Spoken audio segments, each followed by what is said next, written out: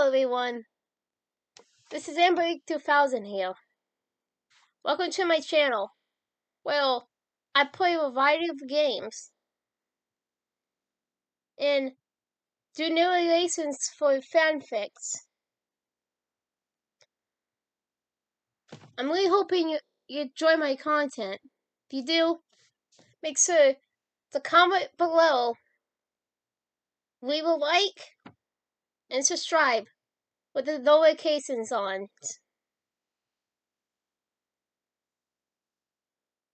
Right, until next time, this is AmberAnkNA. Welcome to my channel. So, hi. The only option left. Chapter 15. The Tourniquet. Nothingness. Oh my dog! This is so good! The two women sat on Master's couch, digging into their food, waverlessly as necessary to play on the monitor across the room. They weren't paying much attention to the show, as food to replace their missed lunches took priority. Between mouthfuls of pot cigars, treat and sour pork, and the waste, the two of them could not stop gazing at each other, both with something clear on their minds, yet unable to form the right words and being polite enough to allow the other to go first. A tasting grew in the room, something exciting and familiar, yet new and foreign. At the same time, they focused once again on their dinner. One of them would have to break the ice. You know... Chloe stopped raising the chopsticks to her mouth and walked over towards her first mate. A critical look painted her expression in an eyebrow raise. With a small nod, she offers Max to continue. You never did finish your story. Yeah, I guess I didn't. She giggled. We kind of got sidetracked. Yeah? It's really easy with you. Max moves closer and poked the tall girl in the ribs to accentuate her statement. Dude! You're starting something! Chloe casually set down her dinner. Am I? Another part was highlighted with a slight freckled grin. Canoid, come here! Chloe lunged and wrapped her arms around the smaller girl and ended up on top. Victory was at hand. The captain mercilessly attacked her cruise mate's sides. Chloe! No! Stop! Submit, you sorry dog! Stop! Can't believe! The tickling didn't let up. Say it, dork! Ha! Oh my dog! Stop! I give! I'm gonna pee! I give! With a final wiggle of fingers, hands were removed from lips, and she laid down leaks with wise next to the still giggling victim facing her. Fitting like two parts of a puzzle, they gazed into the other's eyes, seeing a friend in familiar and yet new ways. They stayed this way until the laughter trailed off, and the breathing returned to a normal, steady pace. Hey! In sync, they both started talking. A freckled smile and a mysterious smut. You really want to know? Yeah, Crow! I need to understand what's changed and... Well, I want to learn more about you. Okay, Lassie, Mass, I get it. I'm just... Some of this is very dark. I mean, I know what you went through. Mostly. Come on, you and I know each other too well, don't we? To give her a telling look. You left some things out. Yeah. She let out a sigh. I guess I did. Are you mad? Mask Queen a bit. What? No! No, you dork, it does. I like to think we can get back to being us again, you know? You're right. Mask was as far of being in us.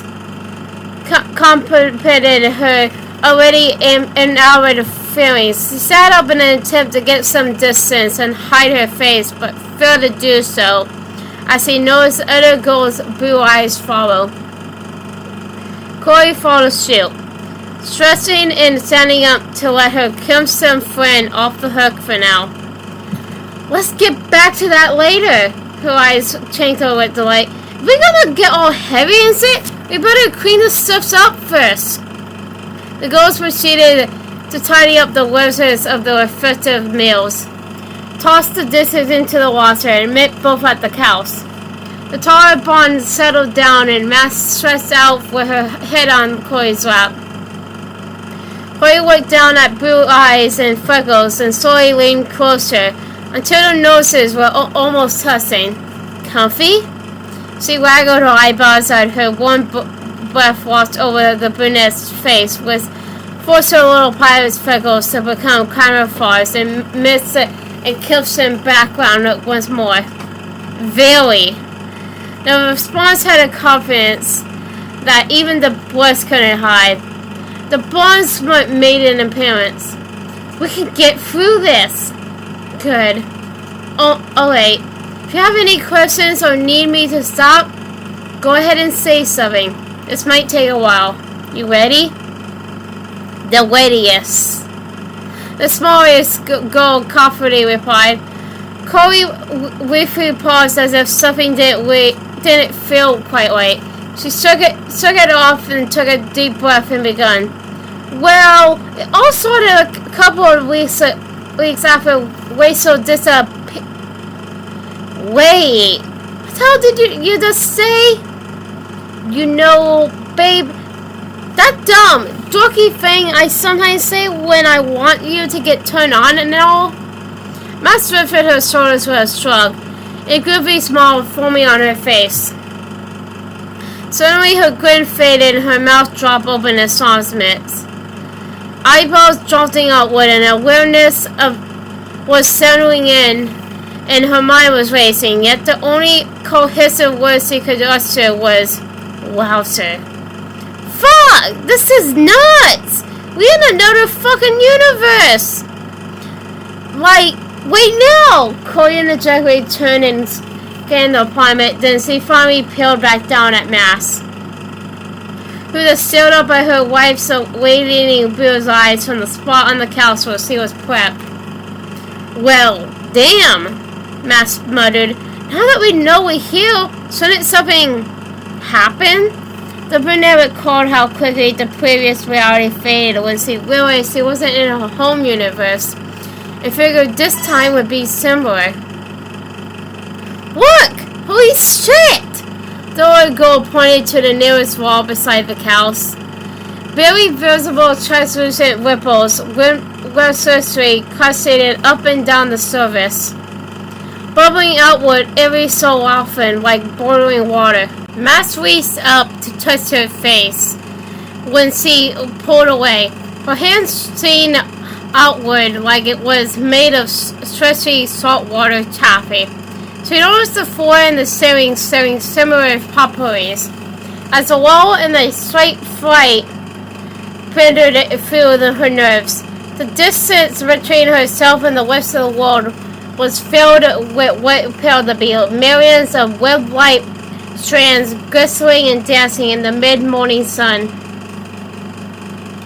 Not a lot surprised the brunette anymore, but the sensations she felt were unlike anything she experienced before. Her mind uncontrollably jumped to thoughts of the wheelchair-bound version of her favorite person and her teenage daughter, who just had been split amongst the infinite depths of the multiverse. She felt like the opposite was happening to her. An unseen fourth person treats her thoughts like a tourniquet had been purposefully tightened around her mind by this design. Chloe! the younger girl whispered, but wasn't sure if the words were even left her lips. Old Canterbury bred from sight, and rational thought was becoming more difficult to control.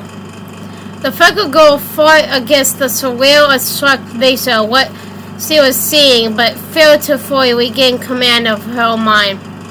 Mass hurriedly searched for the once raised street spot where her power and the inner workings of her mind resided, but she couldn't locate the area amongst the torrents she experienced. She didn't see nor physically feel her wife, but in her heart she knew she was right there with her. "I love you, babe. I love you so goddamn much." Her last words, a dark, shadowy void, spread throughout Mass's procession. She increased her fight against the pressure, allowing the Tourniquet to fully take hold. A mighty wind blasted her body and loudly whipped all around, blowing her sand and clothing. She'd never been skydiving before, even though she wanted to one day with Chloe, but this was exactly how she imagined it would feel while free-falling from the jump. She could tell she was rapidly traveling because she remembered the almost unbeatable rushing wind that felt like a microscopic razor blades all over her uncovered skin. Uncapsulated memories twisted and melted together like a hot ball of wax in her mind. Chloe? After several inimaginable and victorious moments, Mouse abruptly felt a solid surface beneath her feet, like she had jumped from a short height. She clutched to catch her balance and realized her eyes were squeezed together tightly. So she slowly opened them and waited for her pupils to adjust to the light. She pushed herself to the sand and blinked several times before finally being able to view her surroundings. About 2 meters from her locations, after the visit plays back in, she noticed an older woman staring up at her from the sitting position in his wheelchair. Her strawberry blonde hair and glorious sapphire eyes were unmistakable, and Mac immediately recognized the woman. The gazes latched onto one another, and the warmth from their souls lovingly twisting together forced a half smile on the younger girl's face. This version of her wife was quite a bit older than Max, but the woman in the wheelchair was no doubt the visit of Chloe that masterminded the whole plan to restore the multiverse back to a single reality. The connection between the two was impossible, and Max understood why. Since all of the multiverse stemmed from her prime reality, this Chloe, too, was her Chloe. At least that's what she thought. Maximus, how are you feeling? Please take a seat if you like. The blonde motioned to the chair directly to Max's right with an open palm, then turned upward towards the ceiling. I bet you're a bit disorientated right about now. Her voice sounded mature and wise, yet she could sense the private goal she'd known all of her life was still inside, holding up a middle finger or two at the world. Yeah, you could say that, Max quietly replied, then took her companion's suggestion. She sat down and shifted to a comfortable position, one leg under her body and the other still hanging and gazing the floor. So, did you bring me here? That I did, first mate. Would you like anything to drink? I want you to be comfortable, but I also suspect we don't have much time. Max noticed the woman completely focusing on her, never breaking eye contact, and even though she was very thirsty, she refused to drink for sight's sake of her nod. Okay, so I just say it. These next moments will be tough. Very tough. I don't know exactly what the end result will look like. I have my theories, but don't know for sure. To be honest, I didn't know where we were going when I started this whole thing. That's that we needed to get there. I did anticipate, however, that you would need some help while all versions of yourself merge back into you. I placed a sort of corium filter on your mind to help install your head wellness mode. Not really, of course, well, to put it simple, you could go completely basic bonkers. Imagine an infinite number of memories, experiences, and alternate versions of yourself rushing back into you at the same time. We needed to make sure all of our work didn't fail in the end. And I won't sugarcoat this. There's a really real chance things could go wrong. But, you know, we're Matt and Chloe, right? We got this set. Chloe. Matt's murderer faintly adjusts the woman. Who is she?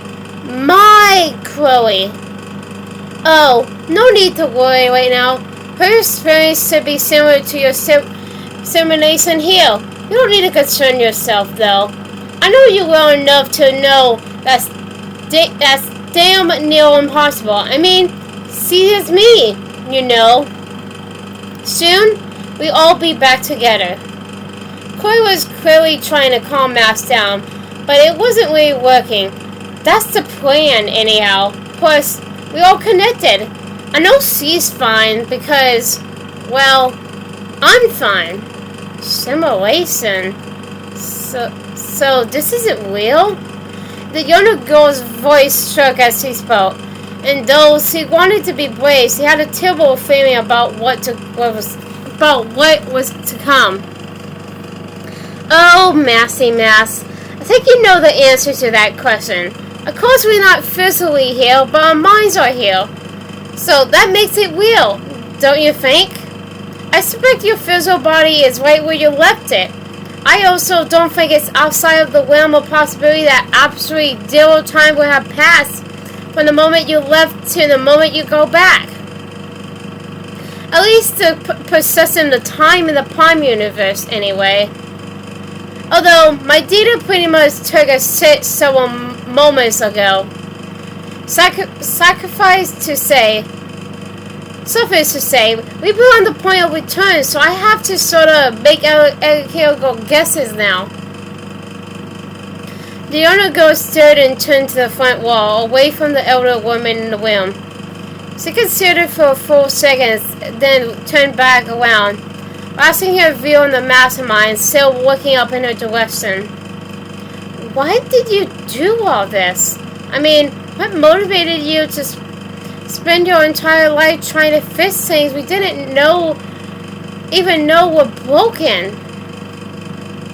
For the first time since Massa arrived, Chloe looked away, spinning her wheelchair towards the advanced computers and machinery that lined the walls behind her. Her gaze was undeniably focused, so it caught the runner go off guard when she heard a tiny guy come from the woman's mouth, followed by a couple of dapping sniffles. She watched as Chloe's head tilted slightly and a hand reached up to apparently touch her face. Master assumed the woman was wiping a tear or two, and her consumption was confirmed upon watching her spin the wheelchair back around, and lock eyes once more. There was still a bit of smear of moisture on the woman's cheek, so instinctively the younger girl stepped over to a nearby simple table and received a tissue from the boss. She then walked to the wheelchair and bent down towards Chloe's matured yet still glorious face. She placed an open palm under her chin and slowly bottled the moisture, tenderly grazing one cheek, then the next. Max noticed the bond generally shut her tired eyes with a very noticeable keel. Suddenly, a memory Max had tucked away and nearly forgotten about pried its way into the girl's mind. Chloe, you're priceless. No pun intended. You are such a geek. That's why I love you. Of course, I know a geek when I be one. See, I'm practically a human entertainment system. It would be sweet to chill out together and watch a movie. Like when you spend the night at my house. Do you want to watch? I think I'm in, like, a Mellow Blade Runner mood. I always cry at the end, plus you know I always wanted to have cool coated bangs like Chris. I know.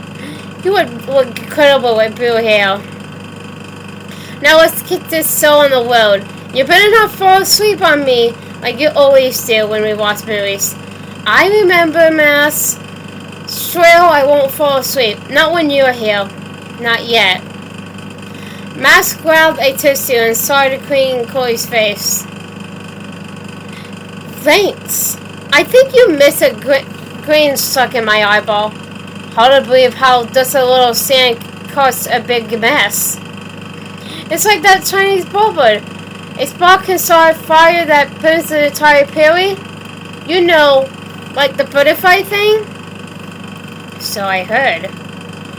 Luckily, the movie he short all around way like a rising twist of smoke at campfire, rising almost as quickly as it appeared. Ah! The green woman commented while peering upward. That look in your eyes, I can see the puzzle pieces falling together. You're beginning to remember, yeah? To answer your question, why did you do all this? Well, because I never stopped loving you. Mass, never. I figured it out after putting some serious thought behind the way you were acting that day. You changed things in the Wizard timeline because you wanted to see my dad to make me happy again. But in doing so, you thought you sentenced me to a slow and painful death. What you didn't know is when you visited me, you filled my childhood with so much love, I actually started getting better. The figure girl didn't know whether to be happy, sad, terrified, or relieved.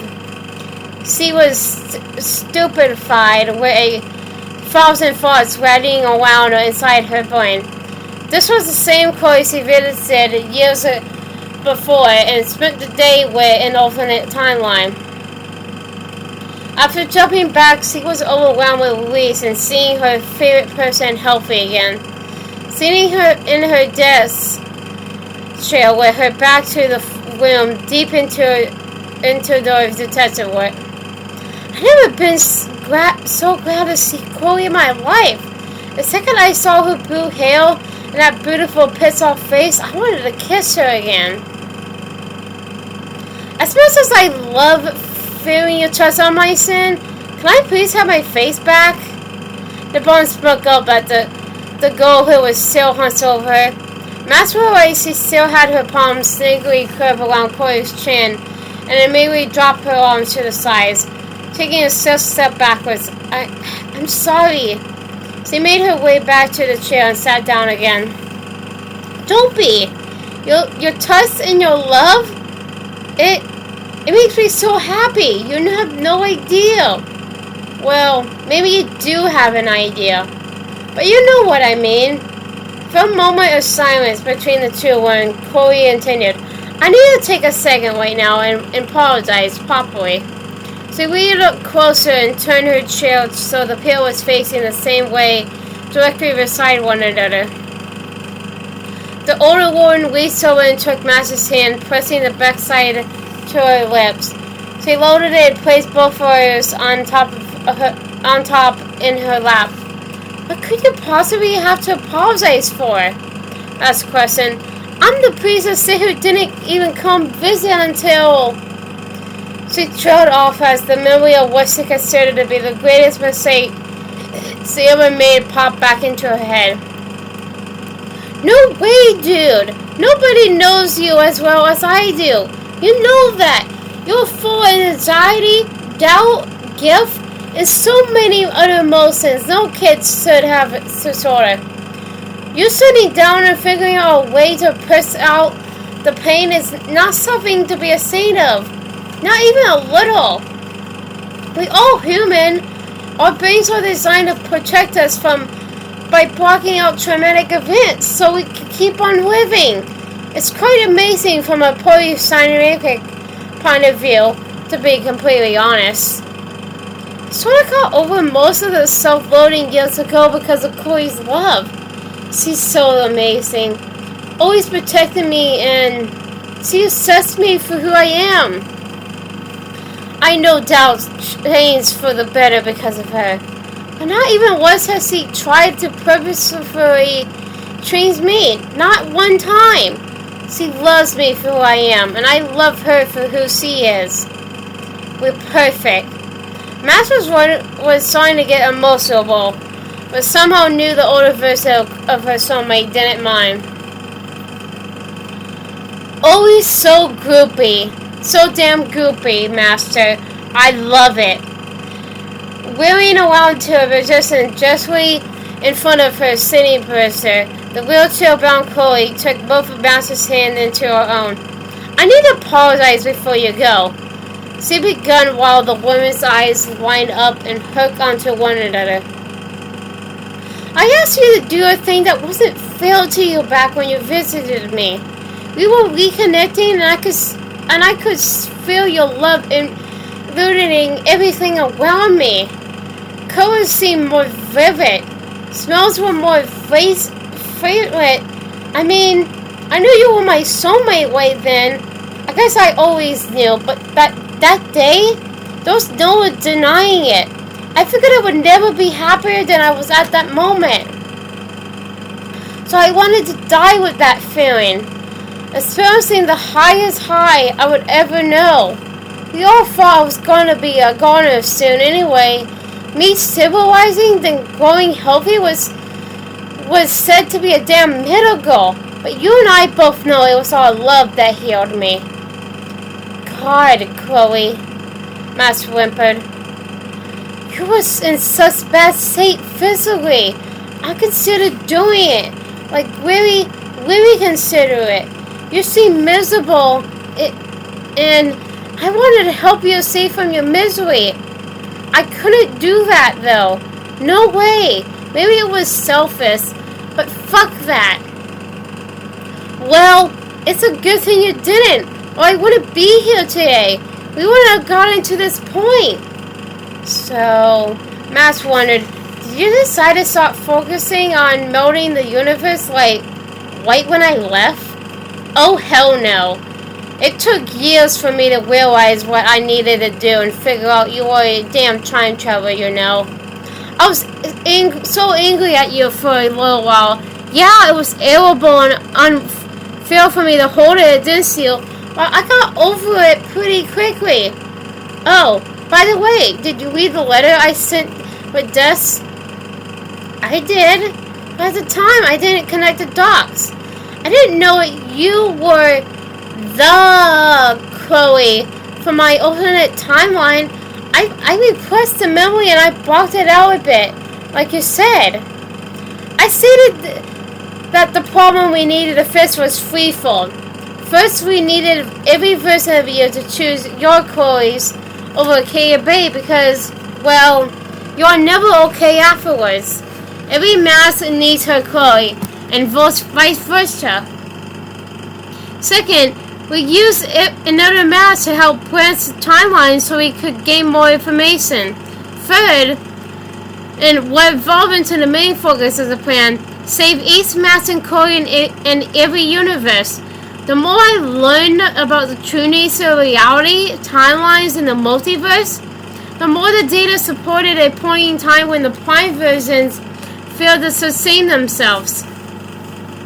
And without you, we all cease to exist. Hell, I didn't even postulate a prime universe until I met Des.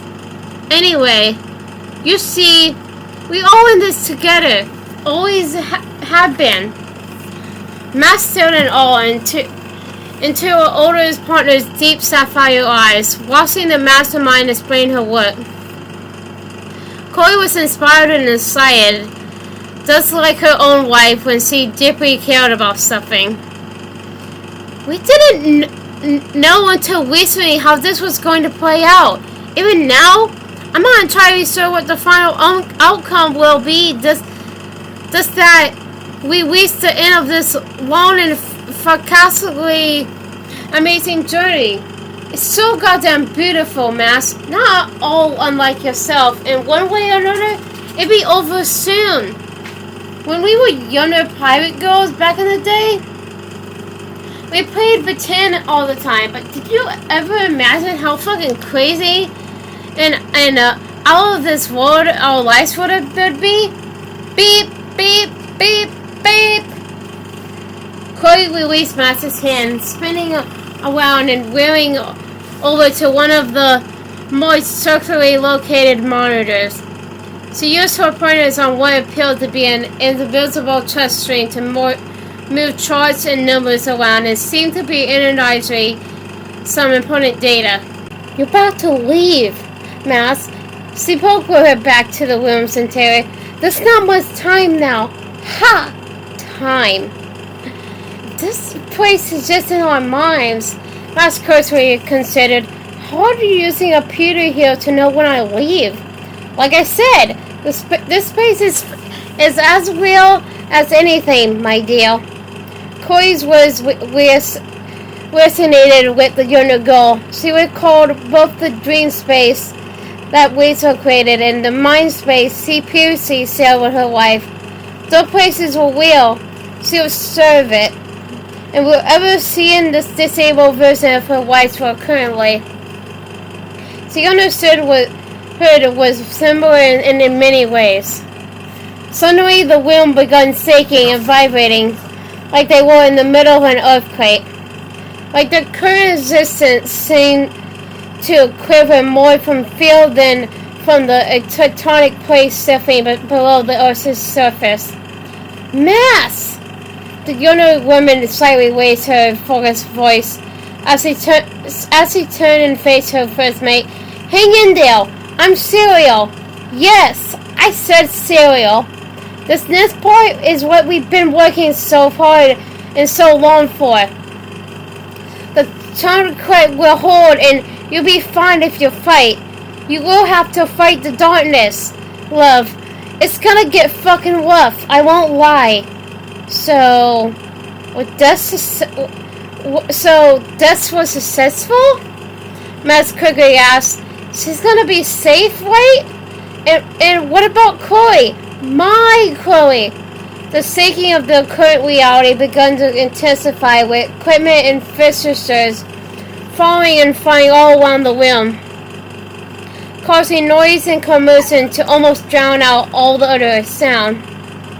Despite the desired situation they currently found themselves in, Chloe calmly yelled, "Even with reality collapsing around you, you're still thinking of the safety of others? It doesn't surprise me.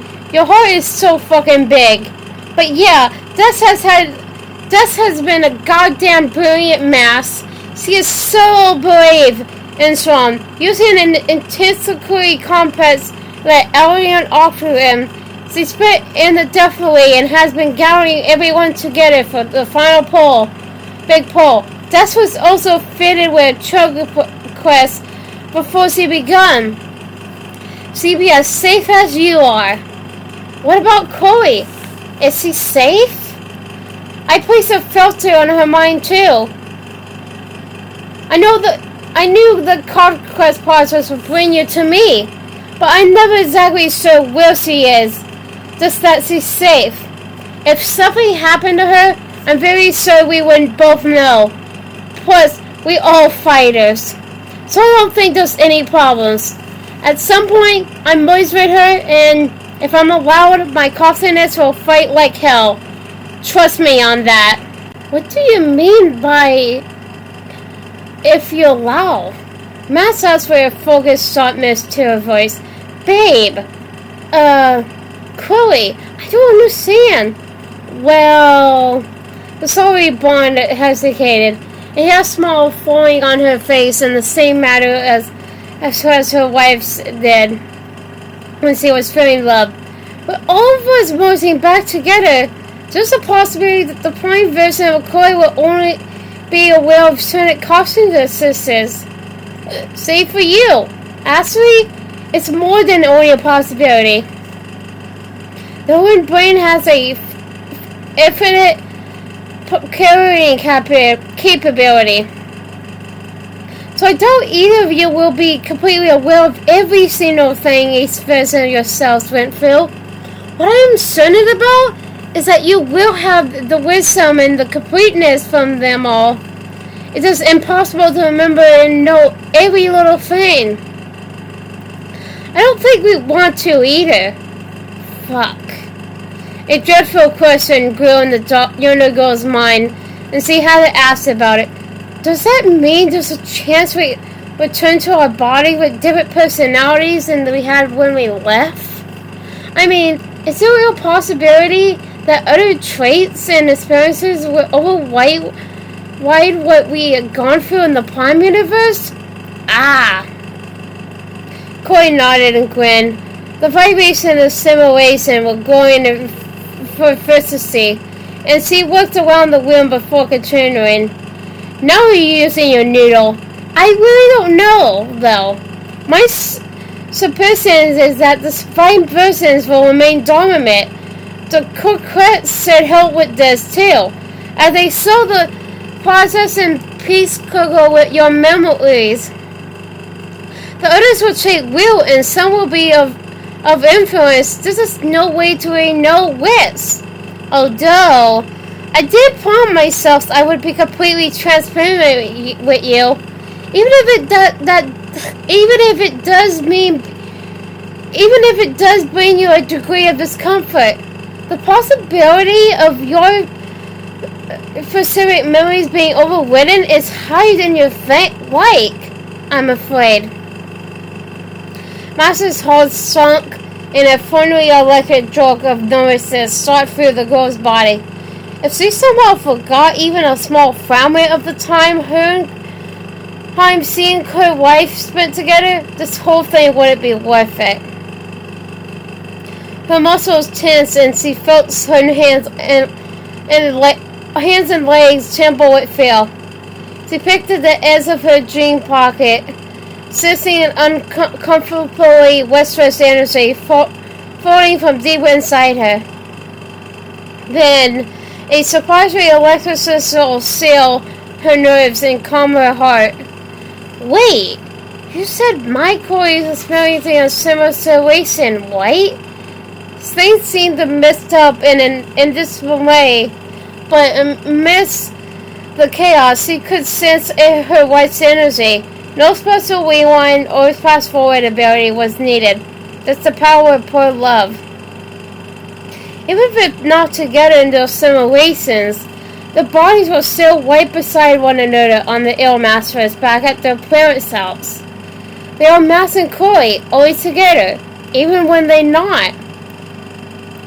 She should be in a similar simulation, yes, but her experience is no doubt quite different than yours. Since the quality field of the Tourniquet was focused mainly on you, so it would bring us together for this meeting. You're probably the most protected. Corey's mind will try and make sense of the space she perceives herself to be. Think of it like a dream. Dreams are random images that the mind tries to connect as a singularly flow of events, even though those images might be totally unrelated. The mature older women spun around and worked in the direction of the monitor she used previously. The sudden sounds of deep hearing grasp coming from Corey's directions were clearly audible over the podium in the room. The ornament version of her favorite person turned to face the interior of the room, clutching her throat with one hand and clawing at her chest with the other. Master's eyes spread wide and the room was caught in a circular, rotating motion, then abruptly winked from a distance. What the fuck? Seconds after the room vanished, and she was left floating in an endless expanse of darkness. Max began to feel other thoughts and memories tinkle into her mind. At first, She winked as if it felt like a monster had persuaded her skull and was once deep inside her brain, but after a second of smaller, forced memory entered, she realized she might be fine with the help she received from the elder version of her best friend. Having photoshopped through time, been stuck in a dark nightmare, kidnapped and trapped in the dark room, kept in a trance by the walker, and all the other terrible things she experienced the past several years, this actually wasn't so bad.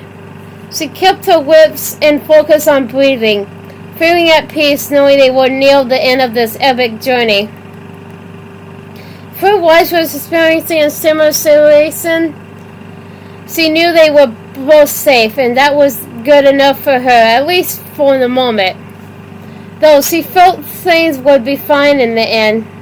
She couldn't help but wonder what happened to the older Chloe she finally met and why it seemed like she suddenly couldn't believe. A maelstrom of turmoil and confusion breathed in rapid waves of disarray around the girl's mind. The last coherent and logical thought she recalled having was one of wonderment, staring into the ripples of reality that bubbled from the wall in an alternate universe. After eating Chinese food in an apartment with her first mate. "Mass!" she whispered towards the darkened void. You're not gonna just lay there forever, are you, sweetheart?" Like a pushpin being thrust through an air-filled balloon, logical understanding snapped back in, triggering Chloe's awareness to whirl into focus. The man's voice filled her heart with sadness, regret, emptiness, and dread. Yet somehow a nearly overwhelming sense of love seemed to stifle all other emotions. "Dad, what are you doing here?" An outstretched hand straight into view, blocking the sun, bright golden bars, and casting a shadow directly over her head. Reaching out, she gripped the man's waist and was immediately pulled upward to her sand. Chloe wobbled a bit before catching her balance and prepped up against her father's shoulder to avoid tumbling back down. Do you even know where Hill is, Chloe? William chuckled while using his pointer and middle finger from both hands to push air close out in front of his face. "From what I've seen, this is where you've begun to really fall in love with your wife. Nice choice of scenery." Chloe released the man's upper arm and looked down at her feet, quickly realizing exactly where they were. The K-Bay train tracks? But why? Well, it is your crossover. Maybe you should ask yourself why you chose the spot. Her father was smiling and looked happy to see her, yet his head was slightly tilted and his eyes looked really gentle, like he was holding back some undesirable information. "Wait, my what?" "Yes, Chloe, your crossover. The point where you transition to your next existence. You come with me and I lead you there. It's how I always been. Oh, it's always been done." "Why would I do that, Dad? What the hell is happening?" After the question departed from her lips, Chloe looked left and right, then up and down and behind the spot where she was standing. A vast empty space of whiteness surrounded the father and daughter pair, leaving only train tracks and a warm glow from overhead that she previously thought was the sun. As the severity of her situation was beginning to sink in, a soul-tearing fear crept down her spine. No! No! This isn't right. She shook her head. Fuck! No, Dad, please! She couldn't finish her thought. Corey didn't realize the two had been going along the tracks until the man stopped and stepped in front of her. With tears burning her eyes and blurring her vision, she watched as her dad took both of her hands into his own, eyes following one hand then the other. A pacifying chill flowed throughout her body as she slowly looked up and locked eyes with her father.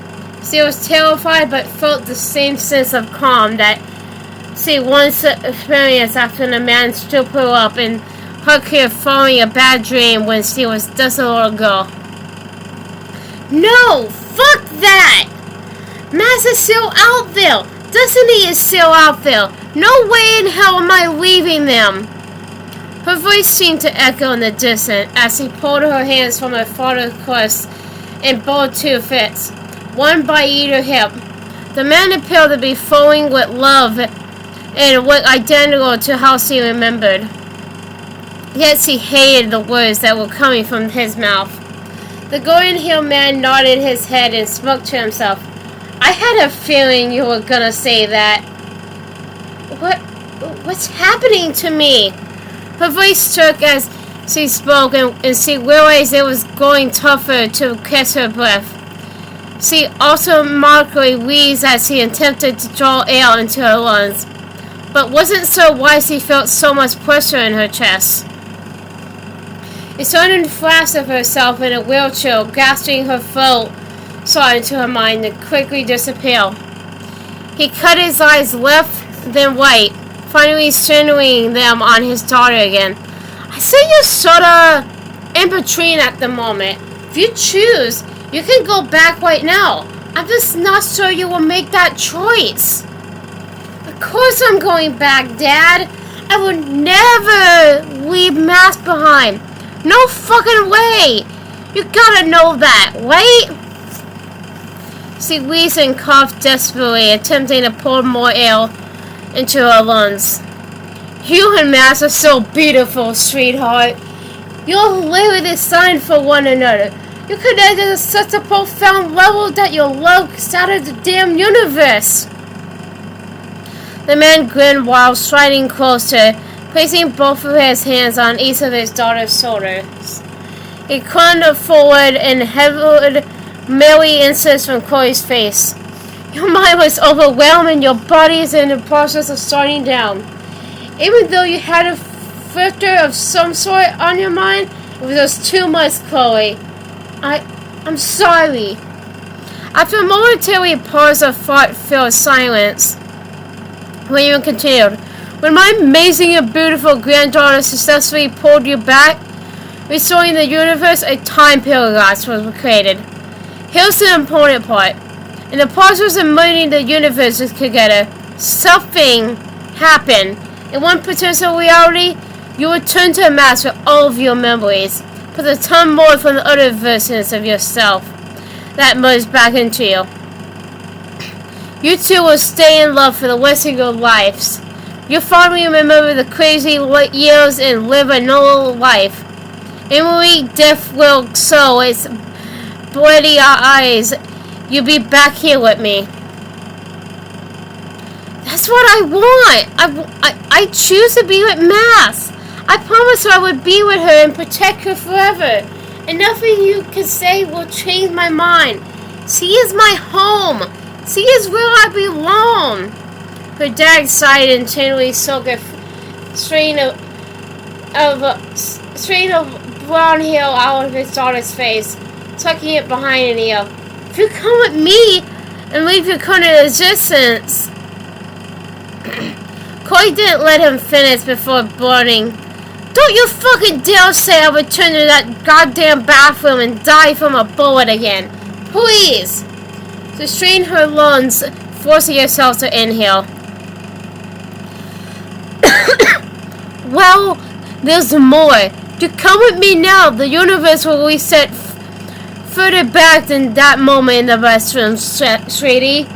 The man struggled hard and his expression changed to one of dread and sadness for the first time since Corey arrived. It will reset to the day I walked out the door and never returned. I'll be alive, but you still have been murdered at Blackwell. Some things can't be changed unless some other things change too. It's hard to explain. But do you remember when your daughter sent the most code message from my gravestone? Well, that spot was one of several anchor points in the universe. The only way for it to be cleared and me to be back among the living is if something else takes my place as an anchor point. Chloe breathing worsened. It took most of her energy to draw in a single breath. Dad, Shh. The man whispered as he placed his pointed finger over his pursed lips. It's time to make your choice. Either leave and go back to living your amazing life, or sacrifice yourself right now to restore Kaya Bay and bring me back. It's your choice, sweetheart, but you have to make it now. Follow me towards the light to the next existence, or stay here and return to Master Destiny. I'm not allowed to try and stray you either way, so this is completely up to you. I know you don't think you can make this decision, but you're the only one who can. Are you ready?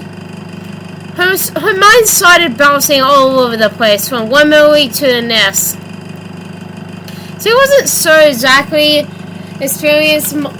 she actually experienced most of them, or they were given life inside of her because of the merger. It didn't matter though, because each were beautiful in their own way, and they were all created from the love she shared with her best friend, lover, partner, favorite person, wife, and soulmate. A photo drop to the past. A phone call in a new world. The wedding of her dreams. An impossible realization of her love. A perfect life together. A dark place of closure. A hope for the future. From the distant memory, at least she thought it was a memory, Corey could vaguely hear Matt strumming an old out-of-tune guitar and singing a beautiful song she hadn't heard before. It muffled but sounded like it was coming from the sky. Through glossy eyes, he nodded toward her father and put herself against the man in a dropping sideways hug. If she could pull in more oxygen, she would no doubt be a mess of controlled sobs and whimpers. But being in her father's embrace, she was prepared to accept what came next. A final query washed through the girl, and she finally answered her father's questions. Am I ready? The readiest. Shit! Matt realized the torch quest was stretched to its limits. Holding on by a spindle thread, endless memories and experiences were deluding her, and she didn't know when the process would be completed. She was much more thankful for the terrible nightmares she experienced in the past, as everything she had gone through up to that point helped prepare her for this moment. In her mind, it wasn't dissimilar to childhood in a way. Sure, it was uncontrollable and quite painful, but she knew in her heart it would be well worth it when she was in her lover's arms again. If the corium mesmerism that the older woman inserted into her mind kept hold, she would eventually make it out of there and go back to where she belonged. The most difficult portion of the experience was the fact that she couldn't feel Chloe anymore. Infinite versions of herself and memories of her wife flooded into her mind. But it was the absence of the safe and pleasurable sense she triply felt when her perfect person was near that concerned her. It reminded the younger girl of a story Kate told her back when they first met in the dorms at Blackwell. Jesus Christ was hung on a cross and crucified as a sacrifice to cleanse the world of its sins. While Jesus was hanging there waiting to die, the Bible says all sin flowed into the man and he was briefly cut off from his connection to God. Max wondered, similarly, if the impossibilities and most of the multiverse was the reason she couldn't feel her partner anymore. Suddenly, there were no more new memories coming in, and the turquoise snapped. Feeling a little like the relief experience, immediately falling in an ice cream headache. She was a bit daisy from the sheer amount of experiences she now remembered. But overall, she surprisingly felt rather well. Previously, she held her eyes closed and floated amongst the darkening nothingness, allowing the merger to take place. Now, nothing seemed to be happening, yet she remained suspended in space. Opening her eyes did no good. She couldn't even see her hand in front of her face because of the press back. What am I supposed to do? There wasn't much she could do except reflect on the new experiences in her head. Like the old woman consumed, Max's prime memories were all still intact, and the new ones were compartmentalized in substance where she could clearly differentiate prime experiences from the others. They were all a part of her now, and she knew she was going to be fine. All that remained was her need to return home, to return to Chloe.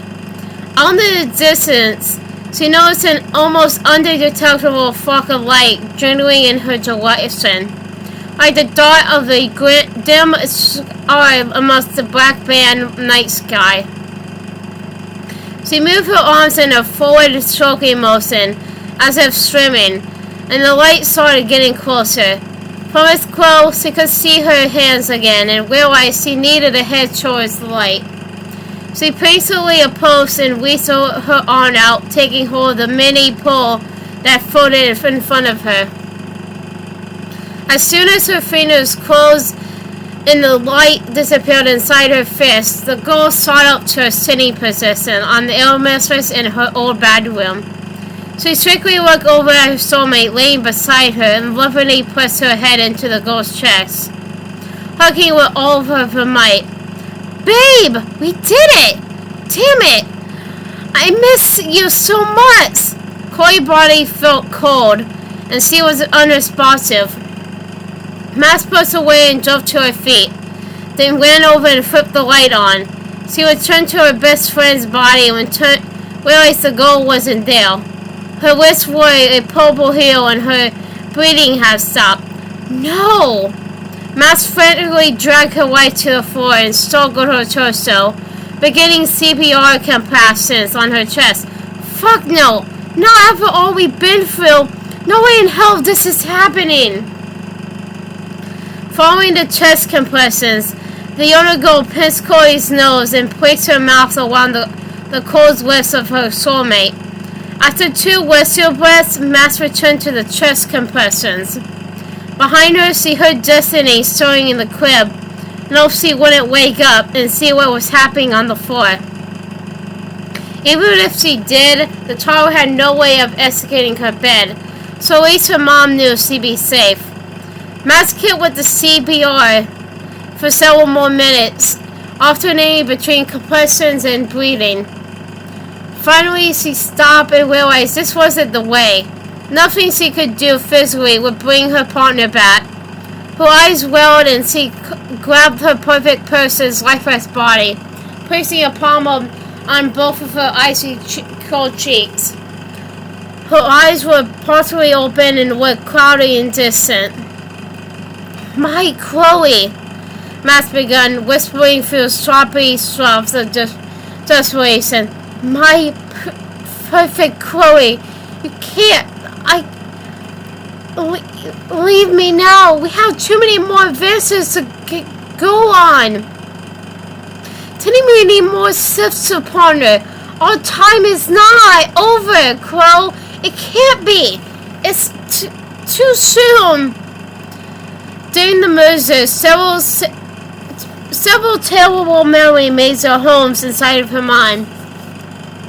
They were deeply sad, and she dreaded facing her wife's mortality at some point, way in the future.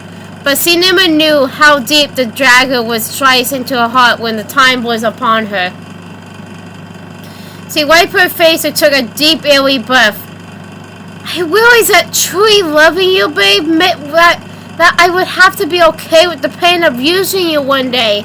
To be in love is to take a risk in hopes that the joy might outweigh the pain. Mouse felt herself slipping into a military of sadness, but it didn't feel real. They finally made it back to a space where they could be together and live a normal life. That now her soulmate was dead. No, I can't accept this. She went to her closet and went around in the back, searching for a specific single object she hoped was still there. Her eyes lit up when her hand brushed against it, and she knew she had found what she sought. Max pulled it out, revealing the old beat-up guitar she practiced on before her father bought her a new one many years ago. The musically gifted girl got down on her knees and hovered over her best friend's body. The strings were slightly too loose and the guitar was out of tune, but it didn't matter. She started strumming and summed the first words that came to her mind. Your kisses mean more, like an unholy war. We put down our guns, but we do not win. We all have to fight with all our might. When timing is right, they fight tonight. She didn't know where she was going with the lyrics, but it didn't matter. She kept pushing forward and tried to reach her wife. Wherever she existed, if Corey could just hear her voice, she somehow knew the girl would come back to her. She just knew it. Tomorrow we find a common reminder to keep a straight face. Your ghost I trace to the ends of the earth. Your value, your worth. Don't leave me yet. Our love, no regret. We always and forever. Chloe and Max together. Come back to me for all eternity. Suddenly a guttural gasp of air whipped through the room and Corey sat straight up. Chloe! Fuck! Max threw the creaky old guitar to the floor and drove down towards the ale mattress, wrapping her arms around her wife's neck and burying her tear-streaked face into her partner's chest. She shrieked her perfect person with an energetic vigor that came from deep within, pulling her back and grabbing the girl's shoulder to get a better look at her face. She saw the color returning to her cheeks and eyes. I chose you, Max! The Bond whispered with a goopy, heartfelt grin as he finally caught her breath. I always choose you! They pushed back for a firm hug, Max never wanting to let her goddess go ever again. The girls held each other in silence for it felt like an forever, thus enjoying one another's presence. Emily falling asleep on the ale mattress in a pile of hair, elbows, and wakeful contentment. They had stayed awake as long as they could, but finally gave in, allowing their tired bodies to rest. The next morning came, and they discussed their individual experiences and the memories they now possessed. It felt like a brand new world where they were still themselves, but more thoughtful and wise versions. They played with their daughter, ate breakfast with Ryan and Vanessa, then hit the road, excited to be on the path back to their new townhome to enjoy spending time with their little family. Max and Chloe couldn't stop touching and staring at one another. In the car, they held hands. At the breakfast table, Max sat in Chloe's lap, seeking kisses anytime they could. They were never far away from each other, except for brief moments here and there. was turned into a yearning to be back by the other side. The ghost sealed a special secret about time travel, powers, and the multiverse, as well as a bond that would keep them tethered to one another for the rest of eternity. On the way home, they wondered how Des was handling herself after everything that happened. She was confident and brave, and most importantly, she was successful. The married couple was overwhelmed with pride, and wished they could see her one last time during the younger days. Yet she suspected she was long gone at that point. They were well and at peace knowing they would get to raise the girl and watch her grow into the amazing woman who saved them all. The girls began a new routine where they would constantly whisper into each other's ears the word forever anytime one would leave them in turn. It felt sweet and safe knowing it didn't matter where they were in life or what was happening. The lovers would always be together even when they weren't, and no matter what, and that was all that mattered. They knew the toughest days were behind them, and from that point forward, they would finally have what they always wanted, a normal life. As normal as you can have with a time-traveling daughter. Hi everyone. This is AmberAnkNA 2000 again. Well, I hope you enjoyed the video. Because, I really did enjoy making it. But, so I hope you enjoyed it. Comment, like, and subscribe with the notifications on down below. Till next time, bye!